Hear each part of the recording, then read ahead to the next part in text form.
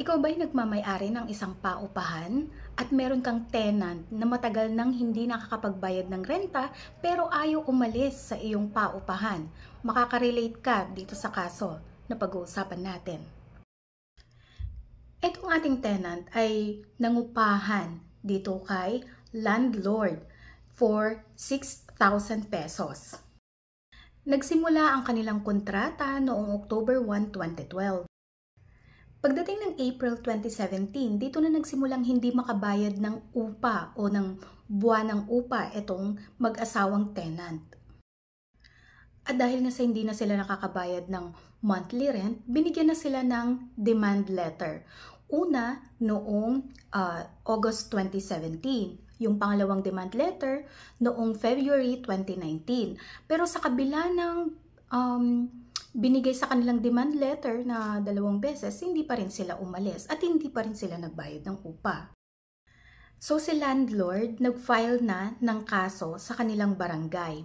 Pero hindi ito pinansin ng kanyang mga tenants. At dahil walang settlement na nangyari sa barangay, nakakuha ng certificate to file action etong si landlord. So, noong 2019, lumapit na si landlord sa UP Office of the Legal Aid para magpagawa ng demand letter at ang yung demand letter na yon ay ibigay sa kanyang mga tenants.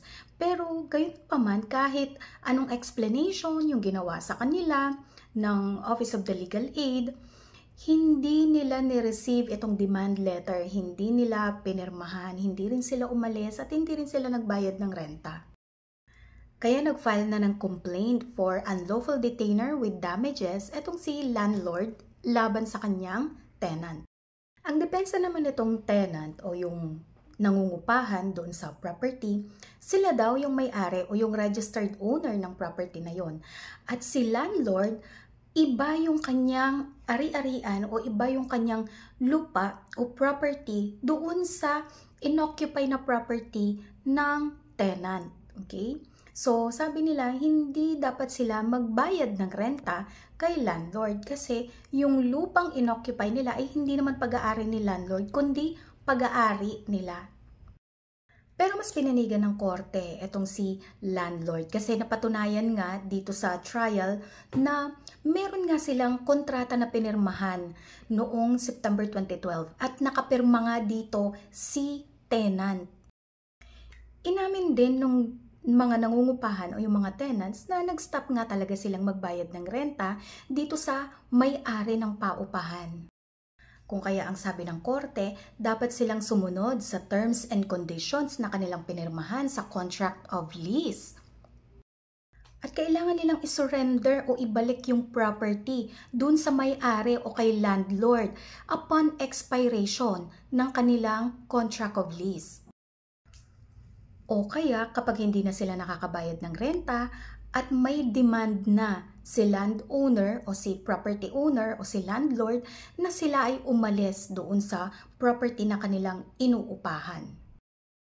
Hindi rin po pwedeng i-deny ni tenant o i-deny nung nangungupahan doon sa property yung ownership o yung titulo ng kanyang landlord doon sa property na kanyang inuupahan ayon sa rules of court. Dahil nung pumirma sila ng contract of lease, in-acknowledge nila na may titulo si landlord doon sa property na kanilang inuupahan. Dahil dito inutusan ng korte yung mga nangungupahan na isurrender na yung property sa may-ari o kay landlord. At kailangan nila magbayad ng buwanang upa na 6,000 pesos kay landlord magmula noong February 2019, yung huling demand letter na naibigay ni landlord sa kanyang mga tenants hanggang sa period o hanggang sa date kung kailan maisurrender ni tenant yung property kay landlord.